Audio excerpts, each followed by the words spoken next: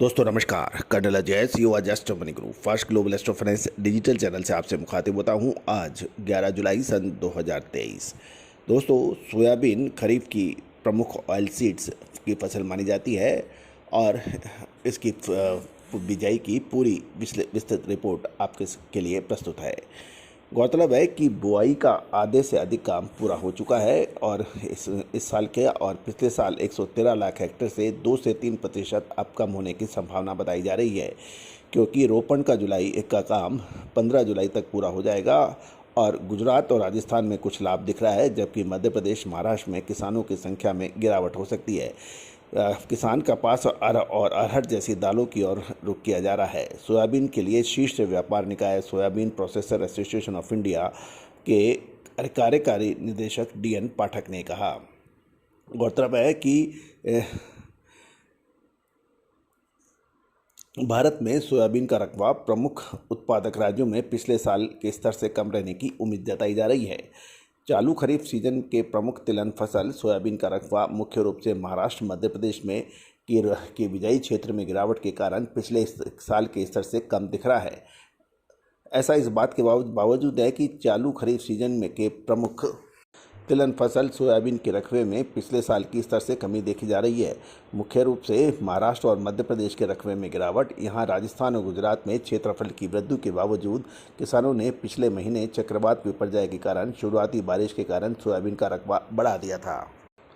Soybean की बुआई जोरों पर है और बुआई का मौसम जुलाई के मध्य तक समाप्त हो जाएगा।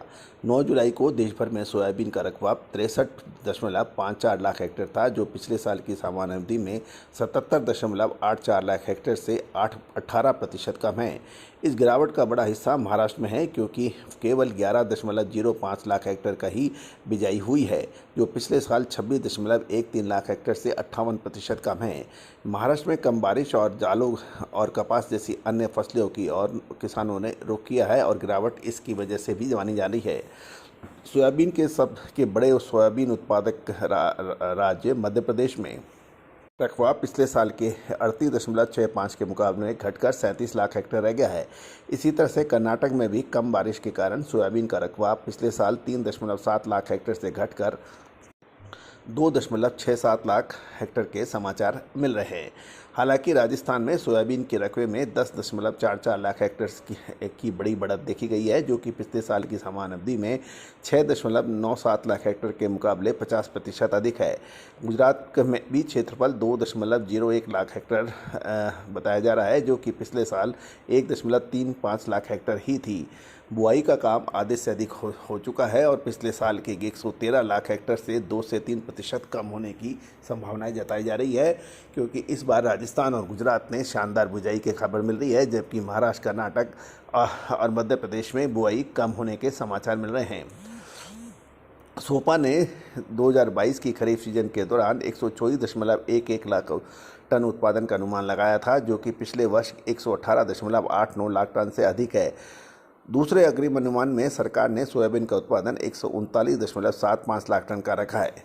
दोस्तों, हम लगातार आपको अपडेट देंगे, विश्लेषण देंगे और आगे अब क्या हो सकेगा उसकी भी आप तक लगातार सूचना पहुंचाएंगे।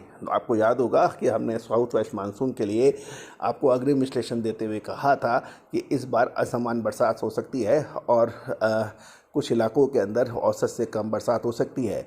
साथ साथ ये भी रहा कि इस बार विपर्यय चक्रवाती तूफान ने राजस्थान, हरियाणा, पंजाब के इलाकों में औसत से कहीं अधिक बरसात हुई, जबकि साउथ वेस्ट मानसून की मौसमी बरसात के कम होने के समाचार हैं। दोस्तों, आप सोयाबीन, सरसों, पाम तेल, कैस्टर सभी ऑयल सीड्स यानी खाद्य तेलों की विशेष रिपोर्ट के लिए आप संपर्क कर सकते हैं।